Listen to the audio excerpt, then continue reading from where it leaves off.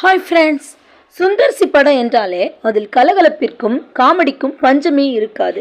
இந்த வகையில் அவர் இயக்கிய உள்ளத்தை அள்ளித்தா, மேட்டுக்குடி மற்றும் வின்னர் போன்ற திரைப்படங்கள் எல்லாம் 90s கிட்ஸ்களின் ஃபேவரட்டாக இருந்து வருபவை.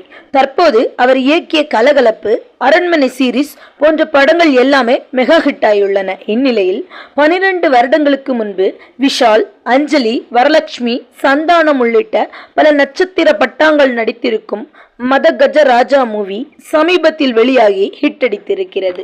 மேலும் விமர்சன ரீதியாகவும் வசூல் ரீதியாகவும் நல்ல வரவேற்பை பெற்றிருக்கும் இப்படத்தை பற்றி செய்தியாளர்கள் சந்திப்பில் டைரக்டர் சுந்தர்சி இப்படம் குறித்து பேசியுள்ளார். அவர், மதகஜ ராஜா திரைப்படம் 12 வருடங்களுக்கு முன்பு எடுத்தேன்.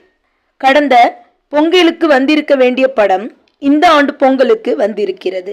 படத்திற்கும் கிடைத்திருக்கும் வரவேற்பை பார்த்து கடந்த 2 நாட்களாக முழுக்க கண்ணீராக வடித்தேன்.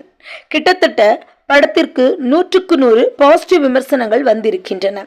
இப்படம் மட்டுமின்றி பொங்கலுக்கு வெளியான எல்லா படங்களும் பெரிய வெற்றி பெற வேண்டும் என்று இறைவனை வேண்டிக் கொள்கிறேன் என்றார். மேலும் 12 ஆண்டுகள் கழித்து இந்த மூவி வெளியானாலும் மிகப்பெரிய வெற்றியை பெற்று படக்குழுவை மட்டுமின்றி ஒட்டுமொத்த சினிமா துறையினரையும் ஆச்சரியத்தில் ஆழ்த்தியுள்ளது.